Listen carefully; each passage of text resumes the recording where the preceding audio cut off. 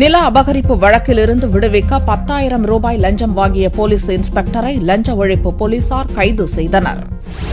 கன்னியாகுமரி மாவட்டம் ராஜாக்கமங்கலம் பகுதியைச் சேர்ந்தவர் பாபு ஆண்டனி. இவர் போலி ஆவணம் மூலம் நில மோசடி சம்பவத்தில் ஈடுபட்டதால் இது தொடர்பாக நில அபகரிப்பு தடுப்பு பிரிவு போலீசார் ஆண்டனியிடம் விசாரணை நடத்தி வருகின்றனர். வழக்கு விசாரணை தற்போது நடந்து வரும் நிலையில் குற்றப்பத்திரிகையிலிருந்து பெயரை நீக்க போலீஸ் இன்ஸ்பெக்டர் தேவதாஸ் ஆண்டனியிடம் 50,000 ரூபாய் லஞ்சம் கேட்டுள்ளார். பணம் கொடுக்க விரும்பாத ஆண்டனி லஞ்ச ஒழிப்பு போலீசாரிடம் புகார் அளித்தார். இதைத் தொடர்ந்து அதிகாரிகளின் ஆலோசனையின் பேரில் முதல் தவணையாக 10,000 ரூபாய் பணத்தை போலீஸ் இன்ஸ்பெக்டர் தேவதாஸ் தங்கியிருந்த ஹோட்டல் அறையில் வைத்து ஆண்டனி கொடுத்தபோது மறைந்திருந்த போலீசார் அவரை சுற்றி வளைத்து பணத்துடன் கையும் களவுமாக பிடித்து கைது செய்தனர். இதையடுத்து பணத்தை பறிமுதல் செய்த லஞ்ச ஒழிப்பு போலீசார் தேவதாசிடம் தொடர்ந்து விசாரணை நடத்தி வருகின்றனர்.